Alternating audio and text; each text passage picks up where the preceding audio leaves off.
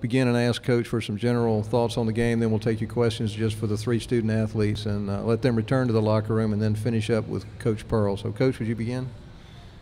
I told the players last night before the game that this game was not for them, that this game was for our fans who have supported us all year long, for former players who watch us and hope great things for us, and just for the people that didn't give up on us this year to be able to win an SEC tournament game.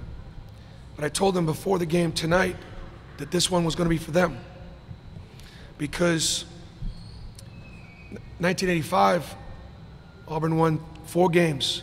Chuck Person was on that team. He's in our locker room. And we won the SEC tournament championship. And then in 2000, we had another team that won 2 ball games. I believe Chris Porter was on that team, and he is here to be honored and recognized. And now this becomes the 3rd team in 30 years of Auburn basketball history to win a couple games and advance in the tournament. Now maybe that's not something that you want to brag about, but those are the facts. And those facts matter to these guys right here. All right, we'll take your questions for any of the student athletes. If you'll raise your hand, we'll get a floor mic to you. So hands up. Any questions for any of the student athletes? Raise your hand. All right, let's go to the middle.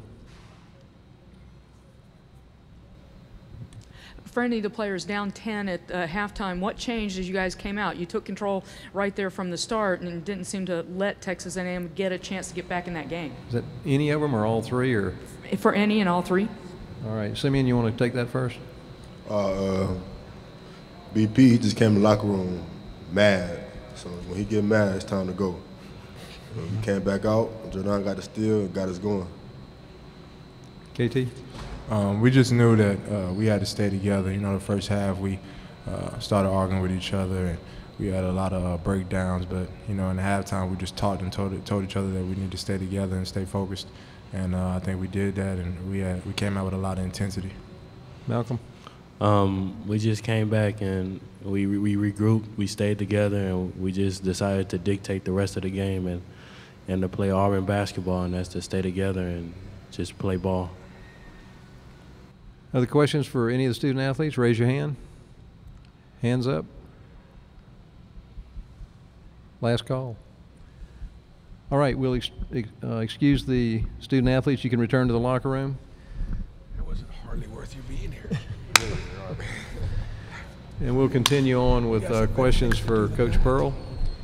If you have a question, raise your hand. All right, start on the left. Coach, can you talk about anything you did defensively at halftime to shut them down in the second half? They made 2 field goals in the first 18 minutes. Without House, Texas A&M is not as strong from the 3. But in the first half, they made 5. And they were playing pretty well. You know, could they keep that up? We had said that in their 10 losses, in 9 of those 10 losses, it was south of 64. And so we knew that if we could somehow keep them in that neighborhood, so we talked about what we would need to do that. We'd have to take care of the ball ourselves. We only turned it over 10 times. We'd have to sometimes be patient. I even thought sometimes we were impatient. We'd have to rebound. That was the best rebound margin in the league against the worst team. Rebound margin, 1 versus 14.